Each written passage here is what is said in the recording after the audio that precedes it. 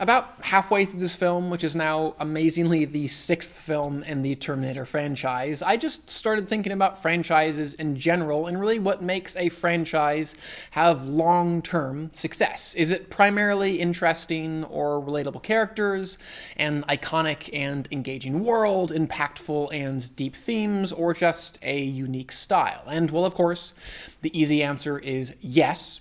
All of those things. I still think that certain franchises are rather unsure which of those elements over others made them initially popular with their fan base. And given all of the Terminator sequels after T2 anyways, and the ways that those have played out, I do think that the Terminator franchise is definitely one of those unsure franchises. Each new sequel has cast out in a very specific direction, trying to capture certain elements of those first two films, while also downplaying or just straight up ignoring others.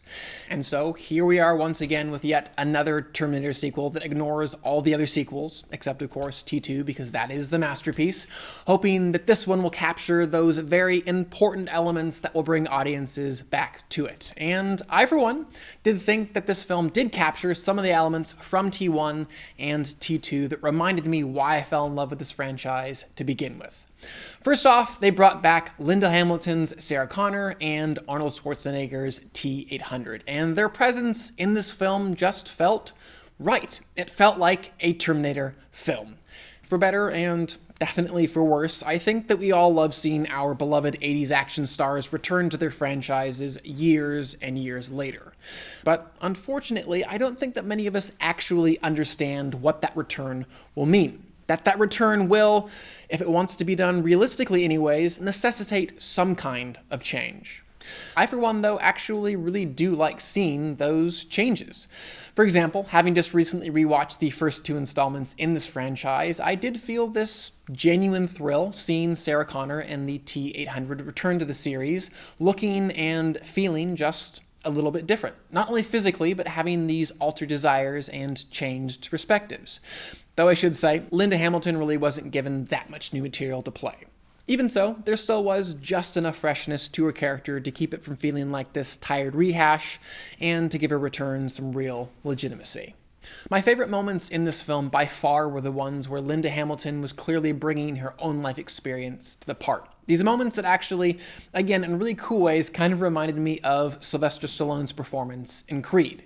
The actress so clearly wasn't pretending that she was the same person she was in the 80s, but someone with a lot more life experience, good and bad, and those moments felt raw, real, and moving because of that. Schwarzenegger really was given even less to do on Dark Fate, but still given just enough of those glorious one-liners that we so love hearing him deliver, as well as a few interesting and intriguing alterations to his character to make his return a welcome one. And while on the topic of acting, I should also commend Mackenzie Davis, who really brought her A-game to this film. I've always enjoyed the actress, especially in things like Halt and Catch Fire and Tully, but here she had to step into the action genre, and she did so incredibly well. Transitioning now over to the directing, while Tim Miller's style of action in this film certainly was different to James Cameron's, which we'll talk about a little bit more in a moment, I still thought that he did handle his set pieces quite competently. There were a couple of fistfight brawls that I found quite fun to watch, as well as a few decently memorable moments in the film's numerous car and airplane chases. Additionally, I appreciate that just overall Tim Miller did seem to try and infuse this film with the same kind of sincerity and earnestness found in T1 and T2. Speaking of staples of this franchise, that tone really has seemed to be one of them, and it was nice to see it continue forwards in this film.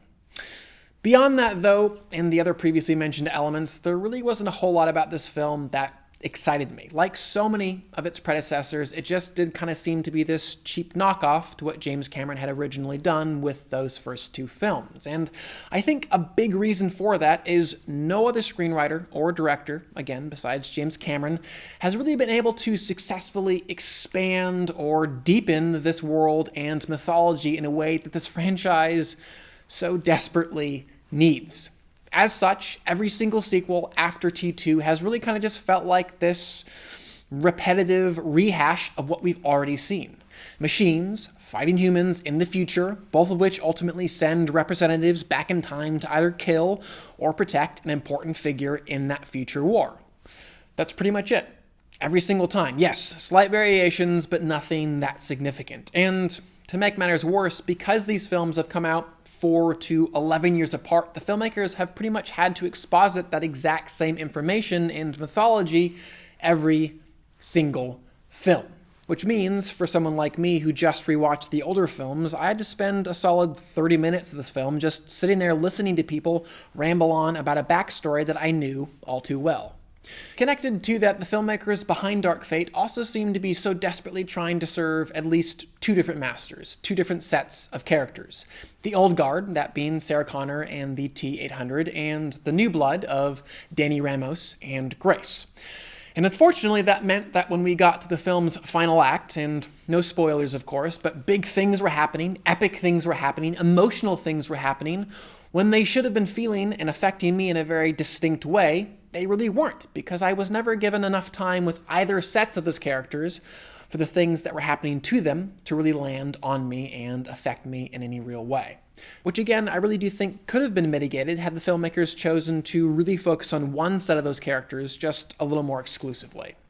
And finally, something else that T2 did that no other film in this franchise has been able to recapture, Dark Fate included, was do the James Cameron kind of action set pieces. Action set pieces that were epic, memorable, and truly iconic. James Cameron does action like no other director in Hollywood. His action set pieces feel expensive. You look at some of the shots and go, wow, that cost a lot of money. There would have been a cheap and easy way to do that shot, but James Cameron chose to not do that. He chose to go the very difficult, oftentimes painstaking to execute way, and it would always show.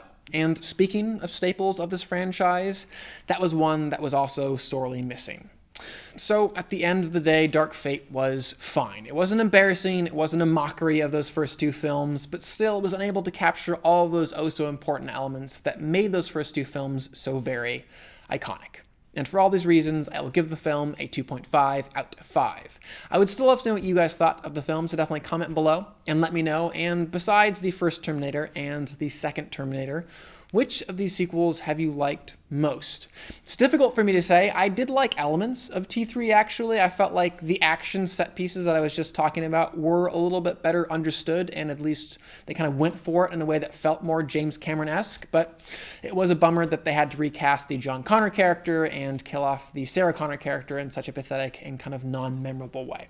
Anyways, I'd be curious to hear what you guys liked about the sequels, if anything. Finally, please do subscribe. I'm going to continue to review films and television on this channel, and I would love for you to stay up to date on all of those things. But for now, I'm Chris Hartwell. This is The Heartbeat. Thank you for joining me.